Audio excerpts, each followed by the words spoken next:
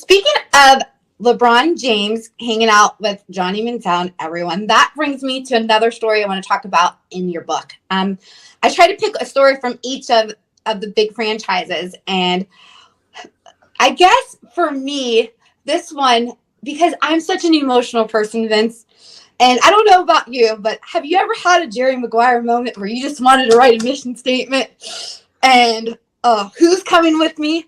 Who's coming with me? Because I've had several of those moments, and I feel like Dan Gilbert's letter about LeBron James was a little bit of a drunk text mixed with a little bit of who's coming with me, with butthurt, like bitter feelings. Maybe if he had slept on it, just slept on it, it would have been different. What do you think? Have you ever felt like writing a letter, and have you ever had to stop yourself? I have always toyed with the idea of writing something called all I needed to know I learned from The Godfather. And there's one of the things that they always say, and throughout the course of all of these movies, is to try not to act out of anger or really any other emotion. And that's it. That's a good point. You should always try and sleep on a big decision. Mm-hmm. And I feel like Dan Gilbert was mad.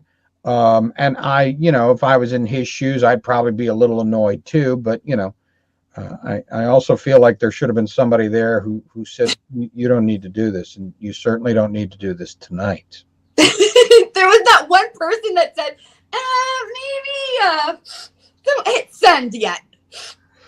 Yeah. But, I can't. LeBron was well within his rights to be a free agent and go where he thought he had the best chance. The fact is he dragged a team with, four guys named Mo to the finals just a couple of years earlier in Cleveland. He wasn't getting the help he wanted there or needed. And you can argue how much of that was the Cavs front office ineptitude and how much of that was LeBron already had one foot out the door. But the fact is he was well within his rights to leave. He was within his rights to go to Miami. He went to 4 straight finals with the Heat, won 2 of them. So, it's not really a decision that you can say was a bad decision. What I did think was a bad decision was that he said, I'm going to go on ESPN on prime time and have a live TV special and let everybody know what I'm going to do.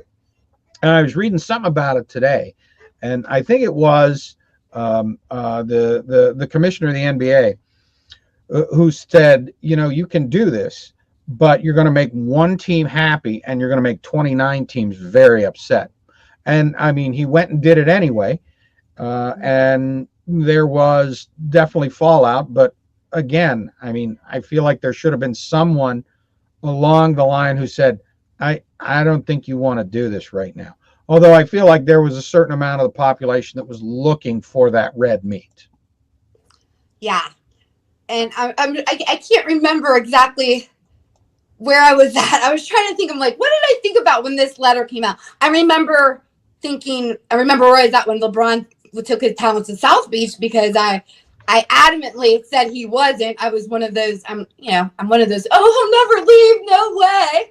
But I don't remember where I was about Dan Gilbert's letter. But I wasn't a Jersey burner. Okay, but I was mad. But I was in a Jersey burner. Now, I was actually, I watched a movie that night. My wife, who is not a basketball fan, she watched the decision. I said, don't you need to know what's going to happen? And I told her about the line from Ronan, when Robert De Niro said, when there is doubt, there is no doubt. At any point along the way, LeBron could have said, I'm going to stay with the Cavs. And he did not do that, which led me to believe that he probably wasn't going to do that. And 4 years later, although 4 years later I was stunned when he said, I'm coming back to Cleveland. Yeah. And then he did bring us a championship. So. And that's, I can't. Were you in Cleveland that night? I was working in the day he announced, I was at a cube farm. I was at work in North Olmsted, and word started getting around that he was coming back. and he and like spontaneous applause and cheering started breaking out in this office complex. But no, the night they won, night they won the title, I was at home. I mean, I had thought about maybe it was worth going there, but then once you started saying they were closing freeway exits, Okay. you could not go downtown, I think, by halftime. So, I mean, it was kind of an adventure. And we actually, the newspaper I worked for, they said we should probably do something about this. So they printed up a box of the one sheets, which is, it's just basically the flag of the newspaper, a big picture, and it says champs. And gave them to the reporter and said, drive these into downtown. The publisher's out in the flats. Meet him, and we'll take care of it. And so they ended up passing these out after the Cavs did close the deal. Yeah. And if you watch, Believe Land came out that April, and then they had to recut it to include the Cavs winning the title at the end.